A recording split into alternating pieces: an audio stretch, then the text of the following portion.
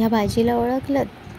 ही भाजी भरपूर जणांच्या अतिशय ओळखीची असेल आणि भरपूर असे जण असतील ज्यांना ही भाजी माहितीच नसेल, कारण की ही भाजी मोस्टली कोकणामध्ये भेटते. मोस्टली म्हणजे कोकणातच पिकते आणि कोकणातच भेटते.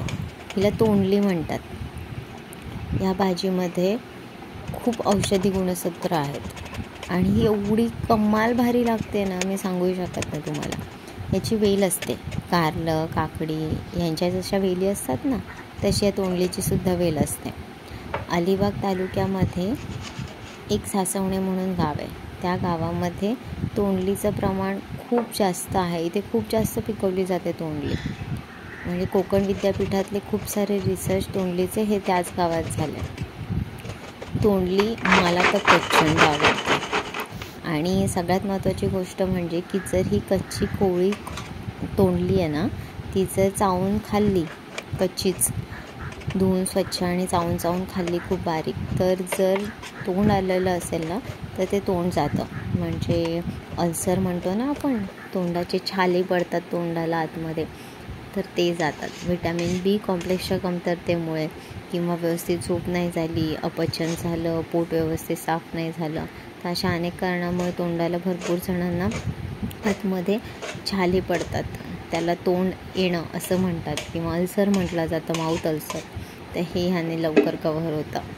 ही भाजी लहानपणापासूनच मी खात आली आणि मला खरंच खूप जास्त आवडते. नुसती हळदीवर जरी परतली ना तरी एवढी छान होते. तुम्ही पाहिलंत मी तोंडली कापत होते तेव्हा कशी कापली. तोंडलीची मागची आणि समोरची अशी थोडी थोडी साईड कट केली, पण काही तोंडली मी गोल गोल गोल गोल सर्कलमध्ये कापली आणि काही उभी कापली. तर या दोन पद्धतीने तोंडली कापली जाते. रस्सा भाजीमध्ये उभी उभी जर ही टाकली ना तर खरंच खूप छान लागते. आणि गोल गोल असते ना तशी पण. आता साईज आणि तुम्ही कुठल्या शेपमध्ये भाजी कापता ह्यावरती चव वगैरे डिसाईड नाही होत, पण लांब लांब फोडी असल्या आणि रस्सा भाजी असली की ती त्यात दिसतेही छान आणि खायला पडतेही सोपी. आणि सुकी भाजी असली तर त्यामध्ये सर्कल असेल तर. आता तुम्हाला कशी आवडते, तुम्हाला किती वेळ आहे किंवा तुम्हाला कोणती पद्धत इझी वाटते त्यावर डिपेंड आहे हा सगळा विषय. पण मोस्टली जर सुकी भाजी करत असेल तर मी सर्कलमध्ये कापते आणि रस्सा भाजी करत असेल तर उभी उभी कापते. आता मला आदूला द्यायची होती डब्यामध्ये, त्याच्यामुळे मी मस्तपैकी फिकी करणार होते. तेलामध्ये कढीपत्ता, त्याच्यानंतर हळद, जिरं टाकून मी हे छान परतली. लसूण विसरले होते तो नंतर परतून घेतला. आणि जी छोटी छोटी सर्कल केलेली होती ना, ती मला तिला डब्याला द्यायची म्हणून त्यामध्ये ती पण टाकली. मस्त टॉमॅटोमुळे तिला पाणी सुटतं आणि छान तयार होते. चवीनुसार मीठ आणि एवढा झटपट होणारी भाजी आहे ना. थोडंसं वाफ येण्यासाठी तिला शिजण्यापुरती थोडंसं पाणी शिंपडायचं आणि भाजी तयार होते लगेच. जेव्हा आपण तिखट करतो तेव्हा त्यामध्ये थोडंसं तिखट ॲड करायचं. आता मी फिक्की बनवते म्हणून तुम्हाला ही दाखवली, पण मी जी लांब लांब कापली आहे ना त्याची आम्ही तिखट भाजी करणार आहे आणि थोडीशी वेगळी करणार आहे. यामध्ये ओल्या नारळाचा किस पण खूप छान लागतो वरती. आता मी ह्या भाजीमध्ये नाही टाकत आहे, पण मी जी रस्स्याची भाजी करणार आहे त्यामध्ये नक्की टाकणार आहे. तुम्ही नक्की ट्राय करा बरं का. ही भाजी खूप छान. कोकणामध्ये फिरायला कधी आला तर आवर्जून कुठेतरी भेटते का बघा. तशी ती वर्षाच्या 12 महिने तुम्हाला भेटते. पावसाळ्यात जरा जास्त भेटते, तुम्ही घेऊ शकता.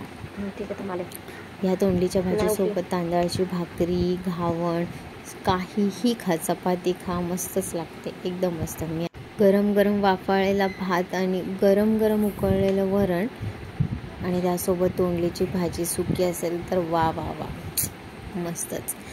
चपाती बनवते आदूसाठी, तर ह्या चपातीला मी काय करते, थोडेसे तीळ आणि कोथिंबीर लावून घेते. ही चपाती करत असताना बऱ्याचदा चपातीच्या पिठामध्ये मळतानाच ओवा टाकते किंवा असं मग चपातीला वरून तीळ लावते, कधी काळे तीळ लावते. त्यामुळे कसं होतं, त्याच निमित्ताने थोडंफार असं तेलबिया म्हणा, तीळ म्हणा स्पेशली जात नाही खायला आपण लाडू, करंजी, चकलीशिवाय. त्यामुळे मग ह्यामध्ये ह्या गोष्टी ॲड करायच्या, मग तेवढंच ते थोडं प्रमाणात पोटात जातं. म्हणून ही अशी छोटे उपाय करत असते. थालीपीठमध्ये सुद्धा तीळ खूप छान लागतात बरं का. ट्राय करा तुम्ही. चपातीला लावून तीळ मस्त मुलं आवडीने खातात. थोडंसं ह्या चपातीला तूप लावलं आणि गरम गरम खायला दिली तर जागेवर एक चपाती फसतं. तुम्ही कमेंट करून सांगा ना, कोण कोण लहानपणी अशी गरम गरम चपाती आईने तव्यावरची काढली की त्याला तेल मीठ किंवा तूप मीठ वगैरे लावून खायचे. मी तर खायची. मला अजूनही त्या चपातीची चव आठवते.